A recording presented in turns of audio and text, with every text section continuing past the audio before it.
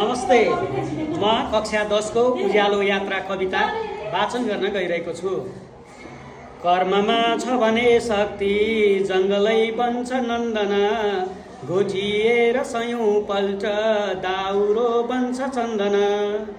भएमा उच्च सङ्कल्प छैन केही असम्भव, सङ्कल्पैले बनेका हुन् महान मान्छेहरू सब। जसका कर्मले बन्छन् जिन्दगी हँसिला सुखी, अरूको लिनुमा भन्दा दिनुमा बन्छ जो खुसी। ईर्ष्या द्वेष हटाएर जो छर्छन् प्रेम सौरभ, तिनै मान्छेहरू बन्छन् विश्वका निम्ति गौरव।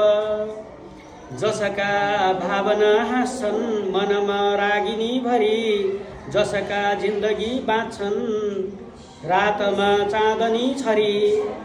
जसका कर्मले लिन्छन् उच्च जीवनका पथ, तिनैका पथमा हिँड्छन् मान्छेहरू सगौरव।